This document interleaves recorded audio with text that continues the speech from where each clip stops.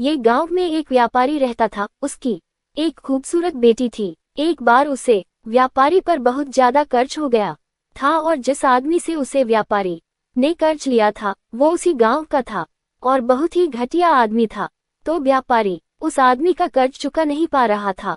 तो उस आदमी ने सारे गांव वालों को जमा किया और व्यापारी के घर पर जाकर व्यापारी से कहा कि अगर तुम मेरा कर्जा दे नहीं पा रहे हो तो अपनी बेटी की शादी मुझसे कर दो।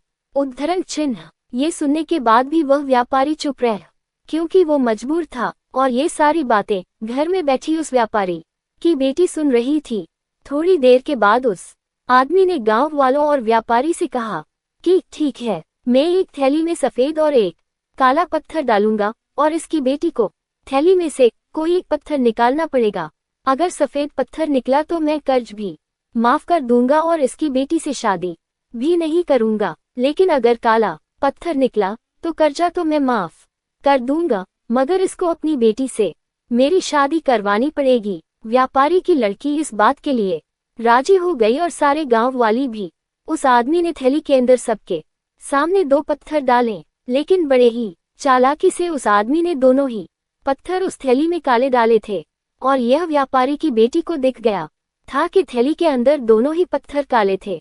अब वह लड़की सोच में पड़ गई थी कि मैं जो भी पत्थर निकालूंगी वह काले ही पत्थर होंगे और अगर काला पत्थर निकला तो कर्जा माफ हो जाएगा, लेकिन मुझे उससे शादी करनी पड़ेगी। और अगर मैंने सारे गांव वालों को यह बता दी कि इस आदमी ने थैली में दोनों ही पत्थर काले डाले हैं तो कर्जा भी माफ नहीं होगा और यह आदमी आज नहीं तो कल मेरे बाबा से बदला जरूर लेगा।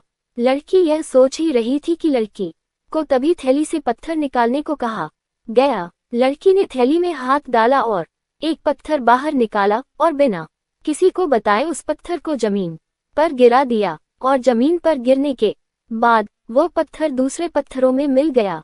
तभी लड़की ने सबसे कहा कि अब कैसे पता चलेगा कि मैंने जो पत्थर निकला था वह सफेद था या काला था।